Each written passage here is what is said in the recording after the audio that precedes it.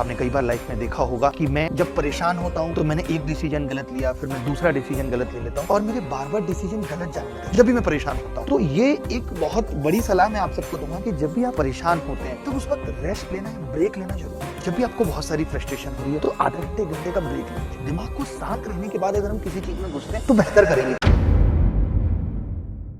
Paper के पहले बहुत परेशान हो जाना स्वाभाविक है, ऐसा डर लगने लगता है और शांत रहना बहुत मुश्किल हो जाता है। सबसे पहले मैं एक चीज कहूंगा कि आपको स्ट्रेस हो रहा है तो सबसे पहले इसे स्वीकार करना। आपको जब भी स्ट्रेस या चिंता होती है तो आपकी बॉडी उसे प्रिपेयर कर रही होती है कि किसी चैलेंज को हमें अब एक्सेप्ट करना है।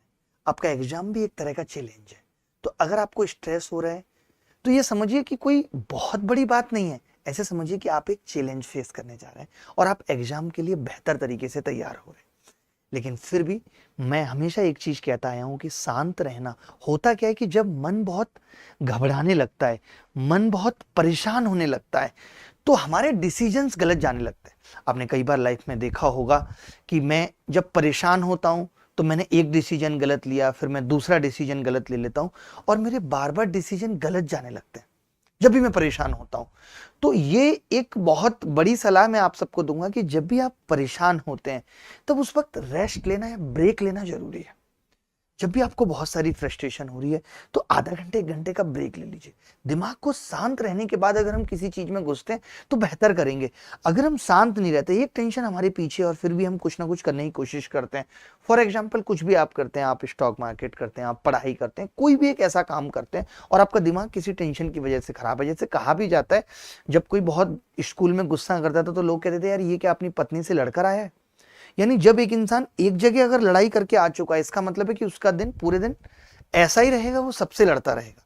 तो इस चीज पे बहुत ध्यान देने की जरूरत है कि अगर हमारा दिमाग किसी वक्त शांत नहीं है, हम असहज महसूस कर रहे हैं, उस वक्त ब्रेक ले लेना चाहिए। सबसे जरूरी होता है जो आज हमारी कामनेस को खत्म कर रहा है, आज हम अशांत रहते हैं, आज हमें बहुत गुस्सा आती है, आज हम चिड़चिड़े हो जाते हैं, उसकी सबसे बड़ी वजह हमारा स्लीपिंग पैटर्न है कि हम तब नहीं सो रहे जब हमें नींद आती है। अब हम 12, 1, 2 बजा लेते हैं सोने के लिए और उसके बाद जो नींद आती है वो उतनी फ्रूटफुल नहीं है बॉडी के लिए।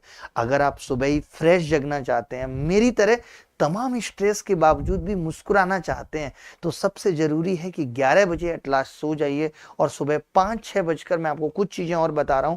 मैंने हमेशा मेडिटेशन, योगा कहा है।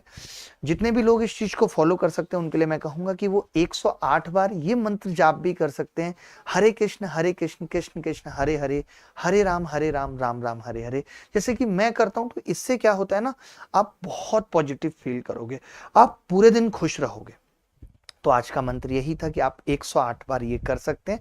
ये क्या एक तरीके की चैंटिंग है, जैसे हम ओम करते हैं मेडिटेशन में, उसी तरीके से ये काम करता है। और इसमें क्या होता है कि हमने एक टारगेट सेट कर लिया, मुझे 108 10 बार करना है, तो उससे हमारा माइंड बहुत फ्रेश हो जाता है।